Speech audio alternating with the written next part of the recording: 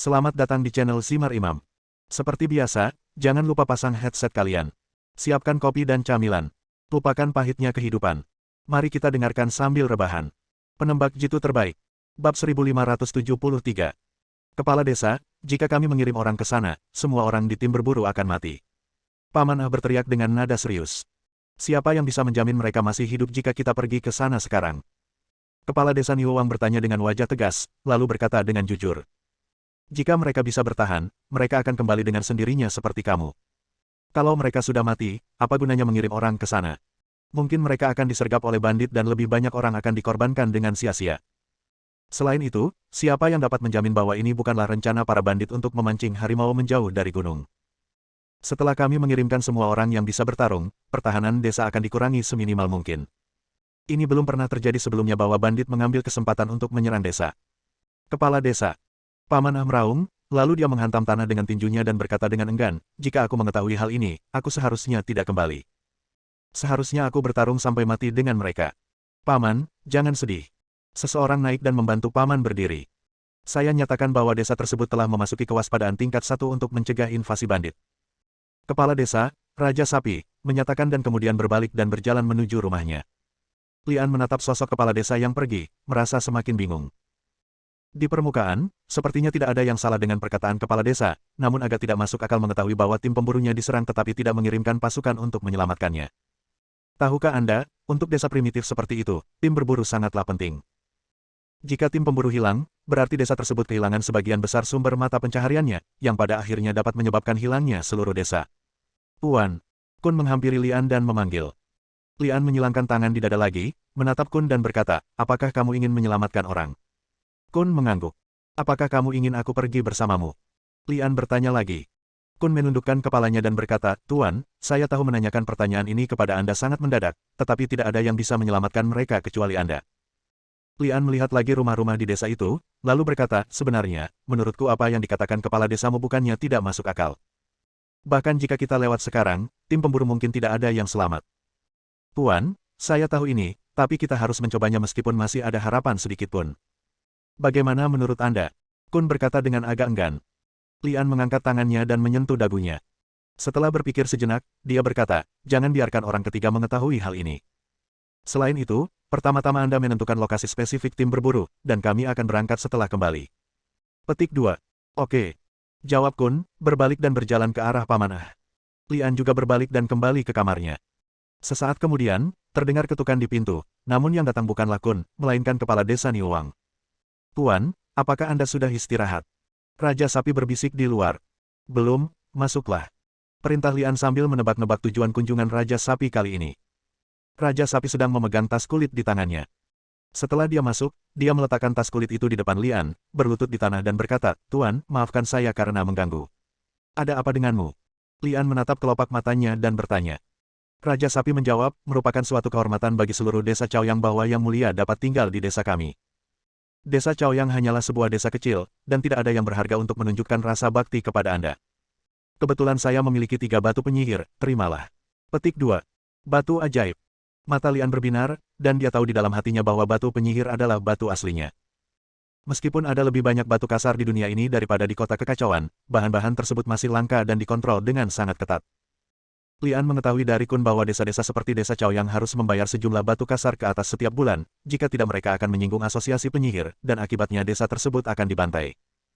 Ketiga batu penyihir itu persis dengan upeti yang dibayarkan oleh desa Chaoyang dalam 1 bulan. Raja Sapi kini menyerahkan 3 batu kasar kepada Lian, apakah dia mencoba membangun hubungan dengan Lian? Tidak. Mengapa Lian mencium bau musang yang memberi ucapan selamat tahun baru kepada seekor ayam? Terimalah, Tuan, kata Raja Sapi dan menundukkan kepalanya, terlihat sangat hormat. Tidak menerimanya sepertinya aku benar-benar menyesali bakti Raja Kerbau. Lian tidak mengulurkan tangan, takut ada sesuatu yang aneh di dalam tas. Dia menggunakan kemampuannya untuk mengendalikan gas, dan melihat tas itu terbuka dengan sendirinya, dan kemudian 3 batu kasar seukuran bola tenis meja terbang keluar darinya. Berhenti di udara dan mendarat di tangan Lian. Tepat ketika Lian sedang mengagumi batu kasar di tangannya, dia melihat Raja Sapi yang berlutut di tanah tiba-tiba terpental dan menikam Lian dengan pisau pendek di tangannya. Orang ini benar-benar punya niat buruk. Aduh, aduh, aduh. 3 batu kasar itu terbang ke arah Raja Sapi seperti senjata tersembunyi, dan Raja Sapi, yang masih di udara, terjatuh ke tanah. Salah satu batu kasar menghantam kepala Raja Sapi, membuat pria itu pingsan. Setelah Lian menyingkirkan ketiga batu kasar itu, dia berdiri, berjalan mendekat, meletakkan tangannya di atas kepala Raja Sapi, dan bergumam, coba saya lihat apa yang kamu rencanakan. Hah? Ekspresi Lian sedikit berubah. Saat dia menggunakan kemampuannya memanipulasi pikiran untuk membaca pikiran Raja Banteng, dia tiba-tiba menemukan bahwa dia dihalangi oleh penghalang. Penghalang ini tidak diciptakan oleh Raja Sapi sendiri, tapi dimanipulasi oleh seseorang.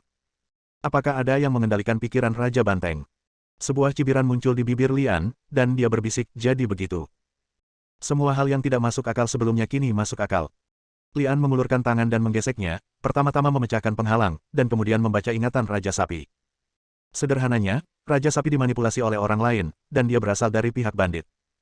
Dengan kata lain, setidaknya satu orang di pihak bandit adalah seorang penyihir. Sekarang ini menarik. Lian tersenyum lagi dan menggunakan kemampuannya memanipulasi pemikiran lagi untuk membuat Raja Sapi bertindak sesuai instruksinya. Sial, sial. Setelah Lian melakukan semuanya, seseorang mengetuk pintu lagi, dan kali ini Kun. Dewasa. Kun memanggil dengan lembut keluar dan kemudian berkhotbah. Saya siap berangkat, Tuan. Mencicit. Lian membuka pintu dan berjalan keluar, berkata pada Kun, ayo pergi. Kun kaget saat Lian membuka pintu, karena dia melihat Raja Sapi terbaring tak sadarkan diri di tanah. Dia bingung dan ingin mengatakan sesuatu, tapi dia menelan kata-kata itu ketika sampai di bibirnya. Jangan tanya apa yang tidak seharusnya kamu tanyakan. Ang Li sangat puas dengan penampilan Kun. Agar tidak membuat khawatir penduduk desa, Lian dan Kun tentu saja tidak melewati pintu depan, melainkan melewati tembok dari belakang desa. Tempat penyerangan tim pemburu hanya berjarak 5 km dari desa. 5 km bukanlah jarak yang jauh, dan hanya membutuhkan waktu sekitar 20 menit bagi tentara untuk melintasi jarak 5 km dengan peralatan ringan. Lian dan Kun berjalan sedikit lebih lambat, terutama untuk menghindari penyergapan oleh bandit, dan butuh waktu hampir 1 jam untuk mencapai tujuan. Bab 1574. Di hutan lebat, ada lebih dari 20 mayat tergeletak di tanah. Yang mati semuanya telanjang dan kulit binatang diikatkan di pinggangnya. Mereka adalah orang barbar seperti Kun, anggota tim berburu dari desa Chaoyang. Ada 100 orang dalam tim berburu, kecuali lebih dari 20 orang yang tewas dalam pertempuran, tangan lainnya diikat ke belakang dan berkerumun seperti domba. Di sekeliling mereka ada 10 anggota geng elang terbang yang tampak garang, semuanya memegang busur dan anak panah yang kuat di tangan mereka dan pedang lebar yang tergantung di pinggang mereka. Di zaman senjata dingin, busur dan anak panah selalu menjadi senjata untuk membunuh orang. Lebih dari separuh mayat di tanah dibunuh oleh busur dan anak panah. Bos sudah berjalan setengah jam. Jika tidak ada kabar dalam 10 menit lagi, bunuh semua penduduk asli ini. Salah satu pria dengan tahi lalat di antara kedua alisnya berkata dengan tidak sabar. Anggota tim berburu berkerumun, tangan mereka diikat, dan mereka tidak memiliki senjata atau perlengkapan apapun. 10 menit berlalu dengan cepat, dan saat tahi lalat di dahi hendak memberi perintah, yang terdengar hanya suara, wow. Sesosok melompat keluar dari rerumputan dan merangkak menuju tahi lalat di antara alis seperti serigala ganas. Puff. Pada saat dia melihat tahi lalat di antara alisnya, pisau pendek berwarna merah telah menusuk punggungnya. Ketika anggota geng elang terbang lainnya berbalik dan mencoba menembak Kun, semua busur di tangan mereka patah. Penyihir. Seseorang berteriak. Bahkan tidak ada yang melihatnya, tapi busurnya tiba-tiba patah. Hanya seorang penyihir yang bisa melakukan hal ajaib seperti itu. Mata Kun sudah merah, dia mengeluarkan pisaunya yang berdarah dan mulai menyerang musuh lainnya. Setelah kehilangan busur dan anak panahnya, orang-orang menghunus pedang di pinggang mereka satu demi satu. Kun adalah seorang pejuang di desa Chaoyang, tapi dia pasti tidak bisa menghadapi begitu banyak musuh sendirian. Papa. Tepat ketika anggota tim berburu mengkhawatirkan Kun, tali di tubuh mereka tiba-tiba dipotong oleh pedang yang terbang dari tanah. Anggota tim berburu yang baru saja berkumpul seperti kawanan domba tiba-tiba berubah menjadi serigala jahat dan bergegas menuju Flying Eagle Gang, menghamburkan 10 musuh menjadi beberapa bagian dalam sekejap. Kun, apakah kepala desa yang mengirimmu untuk menyelamatkan kami? Hei, di mana yang lainnya? Siapa dia? Setelah melarikan diri dari jebakan, orang-orang berkumpul di sekitar Kun untuk bertanya.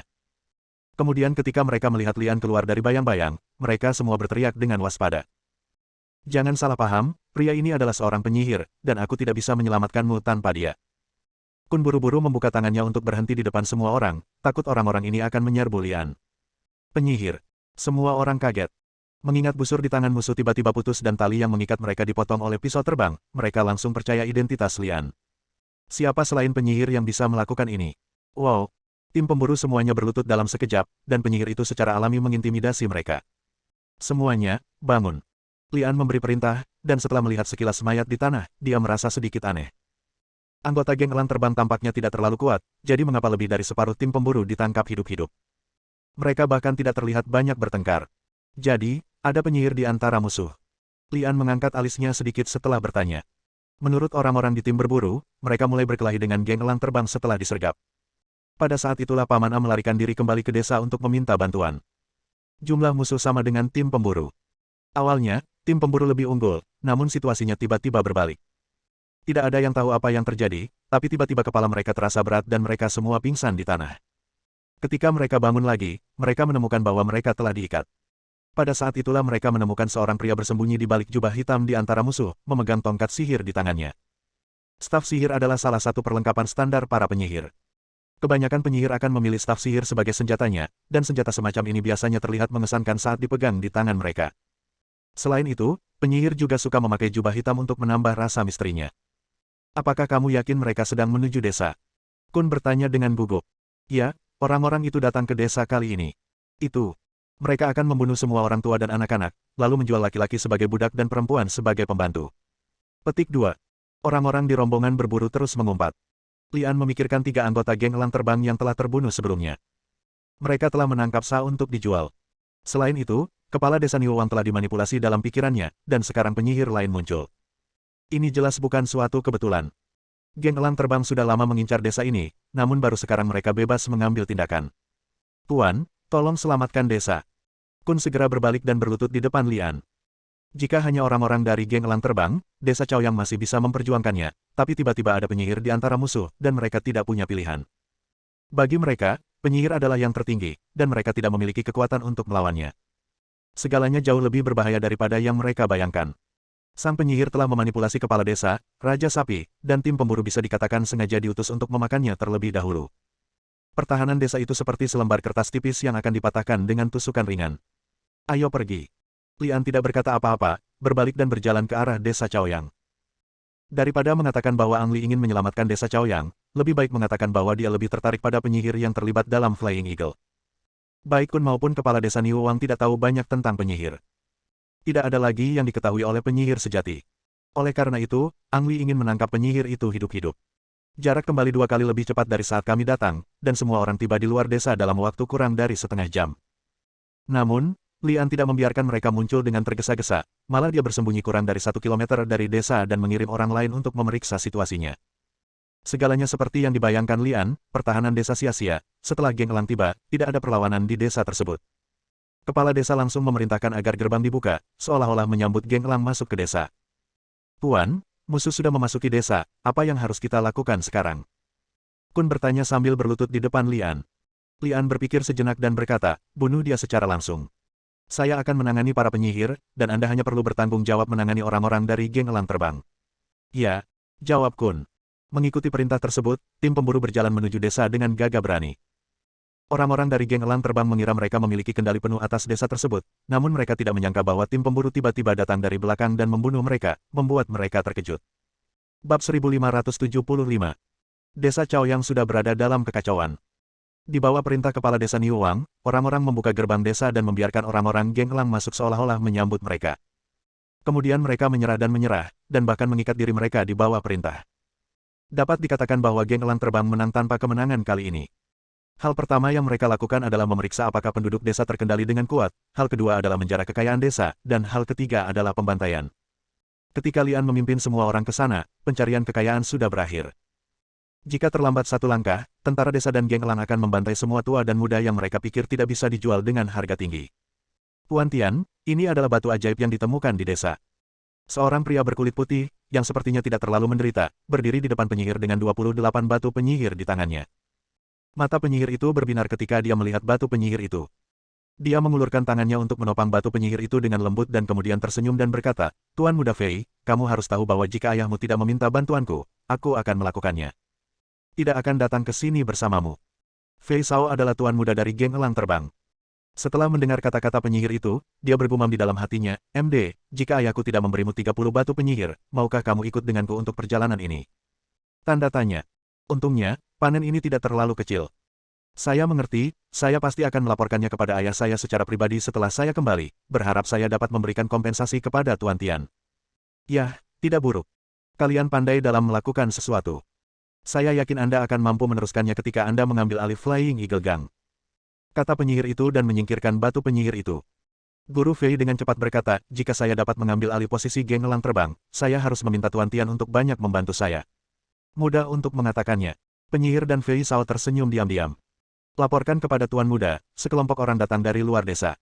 Sepertinya mereka adalah tim berburu desa Chaoyang yang kita tangkap sebelumnya. Pada saat ini, seorang anggota geng elang terbang berlari dan berteriak. Apa? Fei Sao mengerutkan kening. Dia telah memberitahu orang-orang yang bertanggung jawab menjaga para tahanan bahwa jika keadaan tidak berjalan lancar di pihaknya, dia akan menyandera para tahanan. Orang-orang dalam tim berburu memang merupakan tenaga kerja yang baik, tetapi para pejuang ini sangat sulit untuk dilatih. Untuk menghindari masalah di masa depan, geng elang terbang biasanya membunuh semua orang yang bisa melawan. Dilihat dari waktunya, semua orang di tim berburu pasti sudah mati. Tuan Tian, mungkin ada sesuatu yang terjadi di sana. Fei Sao berkata dengan cemas. Penyihir itu tersenyum acuh tak acuh dan berkata, Tuan Fei, Anda tampaknya sedikit pemalu. Dengan saya di sini, apalagi yang perlu Anda khawatirkan? Jangan khawatir, apapun masalah yang Anda hadapi, saya akan menyelesaikannya untuk Anda. Fei Sao telah melihat kemampuan penyihir itu, dia tersenyum bahagia dan berkata, Tuan Tian, saya merasa lega dengan kata-kata Anda. Ayo pergi dan lihat apa yang terjadi. Penyihir itu menjentikkan lengan bajunya dan memegang tongkat kayu hitam di tangannya. Di pintu masuk desa, tim berburu yang dipimpin oleh Li Jie sudah memulai konfrontasi dengan geng elang terbang. Meskipun jumlah orang di tim berburu tidak sebanyak yang ada di geng elang, mereka semua adalah pembunuh dan siap berjuang untuk hidup mereka. Setiap orang di desa adalah saudaranya, jadi mereka tidak punya jalan keluar, meski mereka mengorbankan diri untuk itu. Ang Li termasuk dalam tim berburu. Meski begitu, ia tetap tampil eye-catching dengan berbagai kostum. Mereka hanyalah sekelompok semut yang tidak tahu bagaimana hidup atau mati. Setelah penyihir itu muncul, dia mendengus dengan jijik, lalu mengerutkan kening ketika dia melihat Lian dengan pakaian aneh dan bertanya. Siapa kamu? Nak, apakah kamu menyelamatkan binatang buas ini? Fei Sao meraung mengancam. Tuan Fei, jika anak itu menyelamatkan orang itu berarti dia memiliki suatu kemampuan. Sebaiknya Anda mundur. Penyihir itu mengingatkan. Ketika Fei Sao mendengar ini, dia segera membungkuk dan berkata, Tuan Tian, kalau begitu saya serahkan tempat ini padamu. Dia mengatakan itu dan buru-buru mundur ke belakang tim untuk menonton. Lian mengabaikan sang penyihir, dia tidak mau mengambil tindakan sampai dia memahami kemampuan lawan. Melihat Lian terdiam, penyihir itu tidak memiliki kesabaran dan berteriak dengan kejam, tidak peduli siapa kamu, mati saja. Saat dia berbicara, penyihir itu mengangkat tongkat di tangannya. Lian telah memperhatikan tongkat ini. Bentuknya sederhana, dan berbeda dari senjata ajaib yang dia peroleh sebelumnya. Bahan utamanya adalah kayu yang tidak diketahui, dan ada juga beberapa batu formasi di atasnya sebagai bahan tambahan tersusun dalam posisi yang berbeda-beda. Bedanya, di antara batu-batu formasi tersebut terdapat batu kasar sebagai penggerak energi. Saat penyihir itu mengangkat senjata ajaib di tangannya, dia menggumamkan sesuatu seperti mantra untuk mengaktifkan energi. Berdengung. Stafnya bergetar, lalu mengeluarkan lingkaran cahaya hitam dan menyerang ke arah tim berburu. Tuan, harap berhati-hati. Beginilah kami tiba-tiba pingsan. Seseorang mengingatkan Lian di telinganya. Serangan pikiran. Lian memikirkan tentang cuci otak kepala desa Niuwang, dan dia sudah berjaga-jaga, menggunakan kemampuannya memanipulasi pikiran untuk melawan. Trik ini memang efektif. Saat kemampuan Ang Li bertabrakan dengan lingkaran cahaya yang datang dari udara, lingkaran cahaya hitam itu memudar dan menghilang. Penyihir itu melewatkan satu pukulan, dan tidak bisa menahan diri untuk tidak berteriak di dalam hatinya, dan wajahnya berteriak ngeri, apakah kamu juga seorang penyihir? Lian mencibir, mengeluarkan senjata ajaib dari sakunya, dan berjalan ke depan sambil berbicara, menurutku semua kemampuanmu berasal dari tongkat itu, kan? Jika tidak ada tongkat sihir, lalu apa yang akan terjadi padamu? Apa yang ingin kamu lakukan? Penyihir itu mundur selangkah secara naluriah. Ledakan. Sesosok tiba-tiba bergegas dari belakang dan menjatuhkan penyihir itu ke tanah. Dia mengambil senjata ajaib itu dan bergegas untuk menyerahkannya kepada Lian. Raja Lembu Kepala Desa. Mata penyihir itu menyipit, dan dia tidak mengerti. Mengapa kamu menyerang dirimu sendiri? Dia tidak tahu bahwa kepala desa Niuwang telah dituduh oleh Lian, dan semua yang dia lakukan sebelumnya disamarkan sesuai dengan instruksi Lian. Kembalikan tongkat itu padaku secepatnya. Teriak penyihir itu dengan ngeri, merasa sangat tidak nyaman karena kehilangan tongkat itu. Sepertinya kamu tidak bisa melakukan apapun tanpa senjata ajaib. Saat Lian berbicara, dia mengangkat senjata ajaib di tangannya, dan kemudian dia melihat lingkaran putih keluar dari senjata ajaib itu, membentuk jaring dan mengikat penyihir itu. Ah! Penyihir itu menjerit kesakitan dan jatuh ke tanah, lalu berbalik dan berteriak. Fei Sao, jangan kaget, cepat selamatkan aku, bunuh orang-orang ini. Fei Sao bersembunyi di belakang dan melihat dengan jelas. Dia awalnya mengira bahwa penyihir bernama Tian sangat kuat, tetapi dia dikalahkan oleh Lian dalam pertemuan tatap muka. Hal ini membuat Tuan Fei ketakutan. Dia menatap ke arah penyihir yang meminta bantuan dengan ngeri, dan berteriak dengan keras, lari. Cepat dan bawa aku keluar dari pengepungan. Penyihir itu tertegun sejenak, lalu mengutuk, Fei Yun, kamu tidak punya apa-apa, kamu sampah. Bab 1576. Membunuh. Dengan teriakan nyaring, Kun memimpin tim berburu untuk mengejar. Ang Li tidak tertarik mengejar orang-orang dari geng elang terbang, jadi dia membawa penyihir itu ke dalam kamar. Saya adalah penyihir terdaftar resmi dari Asosiasi Penyihir. Saya memperingatkan Anda, jika Anda berani menyakiti saya, Anda akan menjadi musuh seluruh Asosiasi Penyihir. Tidak peduli seberapa jauh Anda melangkah, Anda akan diburu oleh para penyihir di bawah Kuan Zeng. Anda, retakan. Sebelum penyihir itu menyelesaikan kata-kata ancamannya, dia dipukul dan dipukul hingga pingsan oleh Lian. Lian tidak bermaksud membuang waktu untuk orang seperti itu. Bahkan jika dia mengajukan pertanyaan satu persatu, tidak ada jaminan bahwa orang tersebut mengatakan yang sebenarnya. Oleh karena itu adalah cara termudah untuk membuat orang lain pingsan dan secara langsung menggunakan kemampuan memanipulasi pikirannya untuk mencari ingatan orang lain. Setelah beberapa saat, Ang Li memiliki pemahaman yang komprehensif tentang dunia dan penyihir. Pertama-tama, memang benar bahwa dunia ini sepenuhnya dikendalikan oleh para penyihir. Bahkan penyihir tingkat terendah pun memiliki kekuatan hidup dan mati atas orang biasa. Seperti yang baru saja dikatakan oleh pria di depanku, siapapun yang berani melawan para penyihir sama dengan melawan seluruh asosiasi penyihir dan akan diburu oleh asosiasi penyihir. Tentu saja, masih ada pertarungan terbuka dan rahasia antar penyihir, dan saling membunuh adalah hal biasa. Kedua, penyihir memiliki metode latihan khusus mereka sendiri. Semakin tinggi tingkat latihannya, semakin kuat pula ilmu sihir yang dapat mereka lakukan. Namun, penyihir memiliki keterbatasan alami, mereka harus menggunakan suatu media, yaitu senjata ajaib untuk menampilkan kekuatan fisiknya. Misalnya, dengan tongkat, seorang penyihir dapat menggunakan tongkat tersebut untuk mengubah kekuatan di tubuhnya menjadi ilmu sihir yang kuat. Karena Lian dapat langsung menyerap kekuatan batu aslinya dan langsung melakukan kekuatan supernatural, dia tidak perlu berlatih seperti penyihir biasa, dan tentu saja dia tidak tertarik dengan metode pelatihan penyihir. Senjata ajaib itu masih sangat berguna. Lian mencobanya dan menggunakan senjata ajaib itu untuk melipat gandakan kekuatannya. Misalnya saja kemampuan memanipulasi pikiran.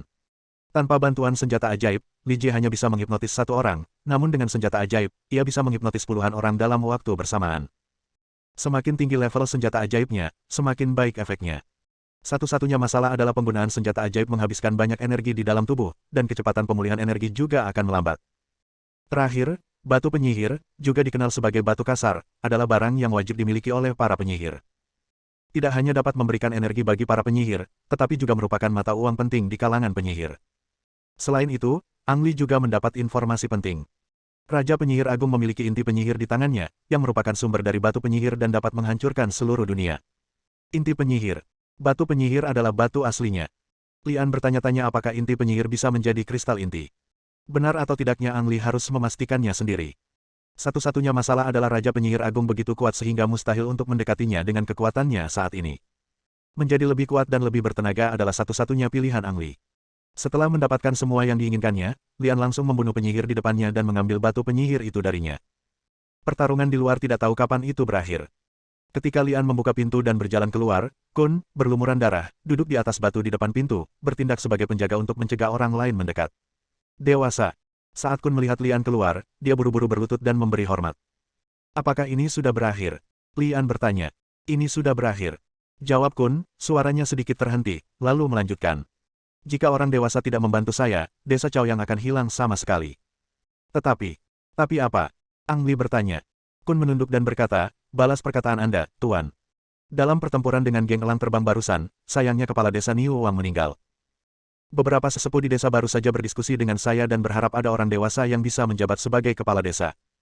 Lian tersenyum. Penduduk desa tidaklah bodoh. Menjadi kepala desa sendiri dapat menjamin keamanan desa. Sayangnya, Lian tidak datang ke dunia ini untuk menjadi kepala desa dari suku barbar. Kun, menurutku kamu cocok menjadi kepala desa. Lian berbicara. Anak-anak muda tidak berani. Dahi Kun Xia menyentuh tanah, tidak berani menatap Lian. Bangun. Saya akan membicarakan masalah ini dengan para tetua di desa Anda. Saya yakin mereka tidak akan mempersulit Anda. Lian tidak ingin membicarakan hal-hal membosankan seperti itu lagi. Dia hanya melihat ke desa dan melihat musuh yang ditangkap di sudut, jadi dia bertanya, berapa banyak orang yang telah kamu tangkap? 23 orang, termasuk seorang pemimpin bernama Fei Shao. Yang mulia, mohon putuskan apa yang harus dilakukan terhadap 23 tahanan ini. Petik 2. Kun bertanya balik. Lian tahu di dalam hatinya bahwa penduduk desa bukanlah bandit. Ketika musuh menyerah, mereka tidak akan membunuh mereka semua seperti bandit, tapi dia tidak tahu bahwa ini akan meninggalkan masalah baginya di masa depan. Melepaskan. Sama sekali tidak mungkin. Melepaskan sama saja dengan membiarkan harimau kembali ke pegunungan, yang akan menarik lebih banyak anggota geng elang terbang untuk menumpahkan darah di desa. Simpan. Tidak, bagaimana kalau membesarkan mereka untuk tahun baru? Panggil pria bernama Fei Sao ke sini. Lilian memberi perintah, lalu berbalik dan kembali ke kamarnya. Sesaat kemudian, Fei Sao, yang tangannya diikat, diantar ke kamar Lian begitu dia melihat penyihir itu tergeletak di tanah dalam genangan darah, kakinya melemah dan dia berlutut di tanah. Selamatkan hidupmu. Saya mohon Anda mengampuni hidup saya. Saya bersedia bekerja sebagai sapi atau kuda untuk melayani Anda. Fei Sao bersujud dan memohon belas kasihan. Siapa namamu? Lian bertanya dengan ringan. Fei Feiyun, jawab Fei Sao dengan gemetar. Apakah kamu ingin menjadi pemimpin geng elang terbang? Lian tiba-tiba bertanya. Ah. Feiyun terkejut sesaat, menatap Lian, dan segera menundukkan kepalanya lagi. Sejujurnya, Lian berteriak dengan dingin. Pikirkanlah. Fei Sao menjawab dengan suara gemetar. Lian mencibir, Feiyun, kamu harus berpikir jernih. Jika kamu ingin menjadi pemimpin geng elang terbang, ayahmu harus mati. Petik 2. Feiyun terkejut lagi, lalu menjawab dengan ekspresi dingin, sejujurnya, saya ingin menjadi pemimpin geng elang terbang. Mulai sekarang, si kecil akan menjadi anjing di samping orang dewasa. Anak-anak kecil akan melakukan apapun yang diperintahkan orang dewasa. Petik 2. Sungguh binatang buas. Lian mengutuk diam-diam, memotong tali di sekitar Feiyun dengan pisau, dan memerintahkan, letakkan tubuh itu di punggungmu, dan aku akan membawamu keluar dari sini. Terima kasih, Tuan. Feiyun segera bangkit dari tanah dan membawa keluar tubuh penyihir itu. Lian memutuskan untuk meninggalkan desa Chaoyang dan membawa tubuh penyihir itu pergi agar tidak menimbulkan masalah di desa. Sebelum berangkat, Lian sempat berbincang dengan sesepuh di desa, yang sebenarnya merupakan penjelasan, mengatakan bahwa dia ingin Kundang mengambil alih desa. Kata-kata Lian sekarang menjadi perintah, dan para tetua di desa tentu saja tidak berani menolak. Sebelum matahari terbenam, Lian membawa Feiyun dan lebih dari 20 anak buahnya keluar dari desa Chaoyang, membuang tubuh penyihir itu di tengah jalan, dan kemudian berjalan keluar dari hutan. Bersambung.